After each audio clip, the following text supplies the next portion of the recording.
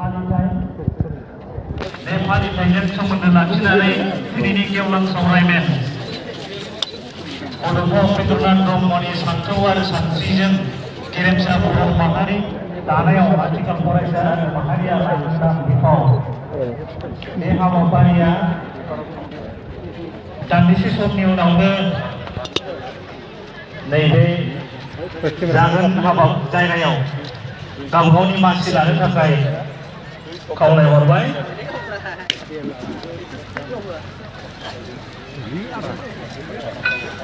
दायो जोंनि गेजेराव सेरजा दामनानै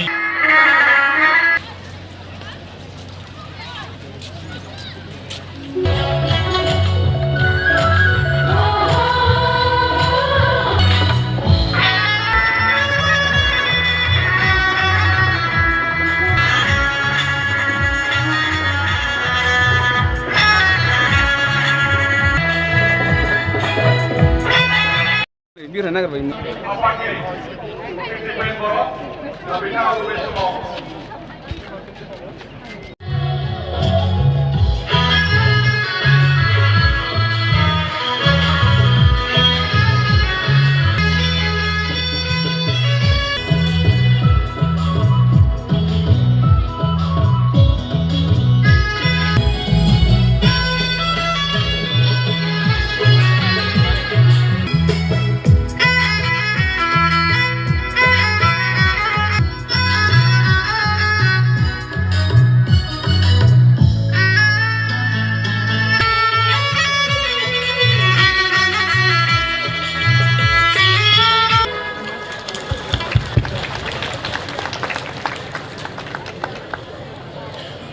खुलुमबाय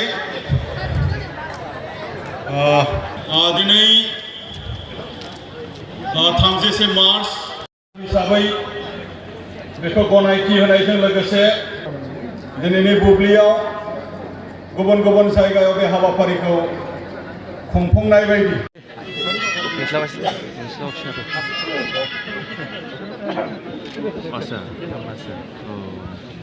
बे समाव नेशनेल जार्नालिस्ट आरो social activist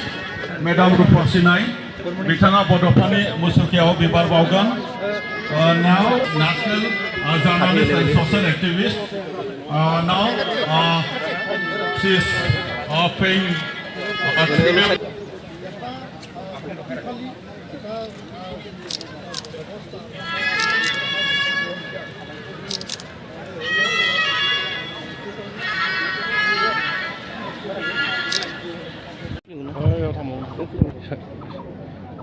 cái chai thua cái sẽ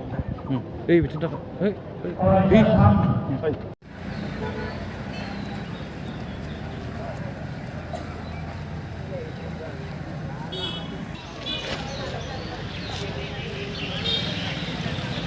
ấy bây giờ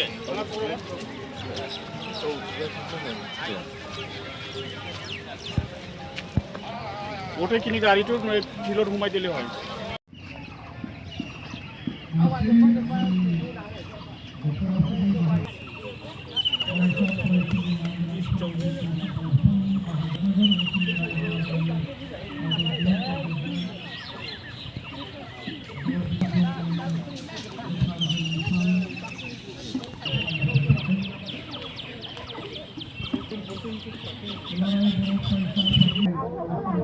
जोंना जासिगोन बेनिखायनो सफैनो हानाय साफ्रोमबो मानगोनां रायजो राजा जोंनि फोरोंगिरि फुंबिलिनि हाबाफारि बायदियै गिबियाव दङ जोंहा आरज मेथाइ रोजाबनाय आरो दुलाराय बर' फरायसा आफादनि गोथार फिरफिला बिरहोनाय 68थि जोनोम सान जे जोनोम सान बर' फरायसा आफादा फरायसा सान हिसाबै आसामनि गुबुन गुबुन अनुष्ठानाव दिनै गनायथि होदों। दा दिनै बे बड'फा उपेन्द्रनाथ ब्रह्मनि मांखरसालि बे दुलाराय बर' फरायसा आफाद क'क्राझार जिल्ला दुलाराय बर' फरायसा उपेन्द्रनाथ ब्रह्म ट्रास्ट जथायै दिनै फुंबिलि समनिफ्राय खुंफुंनो जोङो थांखि लादों। बे हाबाफारियाव दिनै बाहागोनि क'क्राझार लकसभानि बिजाथि power of attorney doctor Vishnu Prasad Brahma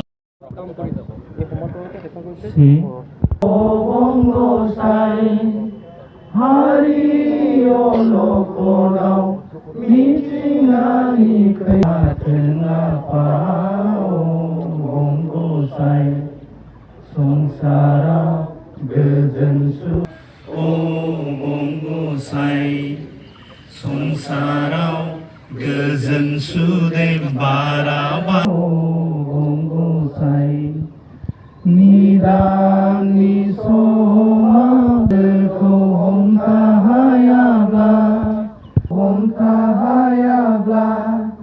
नुजाफैया समायना आब्रु सारना हामना थाबाय थाथों गसाइ गोजोन खुसियै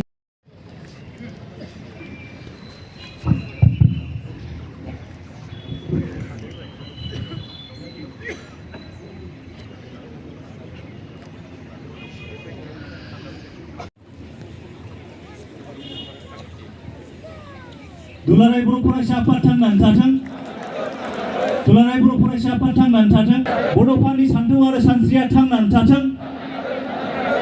जय बर' हारिनि